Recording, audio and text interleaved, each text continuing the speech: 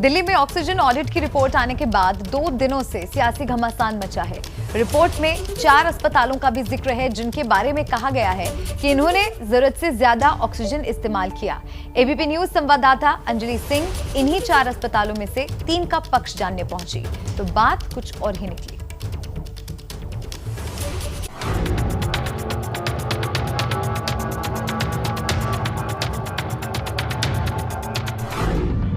अरुणा आसफ अली अस्पताल civil lines, life raise अस्पताल Tughlakabad, ESIC model अस्पताल रोहिणी और सिंगल अस्पताल पालम। ये उन 4 अस्पतालों के नाम हैं जिनका जिक्र सुप्रीम कोर्ट द्वारा बनाई ऑक्सीजन ऑडिट कमेटी ने अपनी रिपोर्ट में किया है।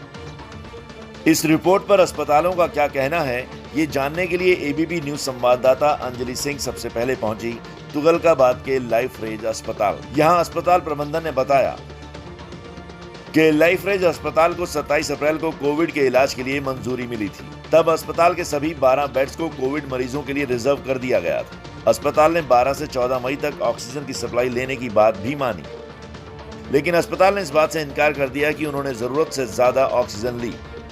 जिस तरह से रिपोर्ट में आपके हॉस्पिटल का नाम सामने आया है और अननेसेसरी डिमांड वाली बात सामने आई है, ये बिल्कुल तरह से इससे आप डिसएग्री कर रहे हैं। बिल्कुल बेबुनियाद है मैम। अगर हमारे को एक्स्ट्रा क्या नॉर्मल ऑक्सीजन भी पूरी हमारे को यहाँ प्रोवाइड नहीं हुई, हाँ। तो हम एक्स्ट्रा की तो कह ही नहीं सकते। इसी तरह सिविल लाइंस के अरुणा आसफ अली अस्पताल ने भी रिपोर्ट को खारिज किया है।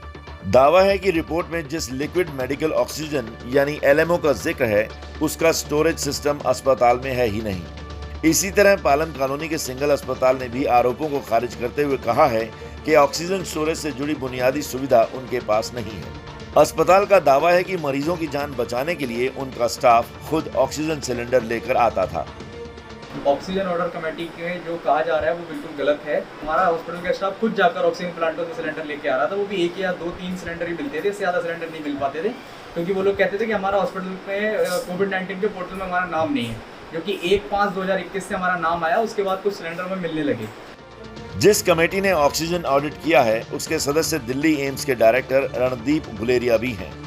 आखिर विवाद क्यों हो रहा है, जब ये सवाल उनसे पूछा गया तो उन्होंने विवाद को बेबुनियाद बताया। This is an interim report which is sub judice. It has been given to the court in terms of the mandate that was given to us, and we've done part of the work and submitted that as was required. It's an ongoing process, and therefore until the final report is out, it's difficult to say one way or the other what the final report is actually going to say.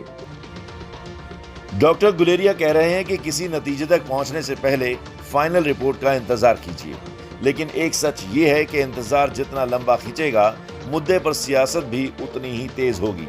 हो सकता है कि court Delhi सरकार से ये सवाल करे कि वास्तविकता क्या है। हालांकि अंतिम निर्णय कोर्ट का ही होगा, क्योंकि इस पूरी कवायद का मकसद ऑक्सीजन वितरण को बेहतर बनाना था, न कि किसी को दोषी करार देना। कैमरा पर्सन डीसी मंजू के साथ अंजलि सिंह, एबीपी न्यूज, दिल्ली।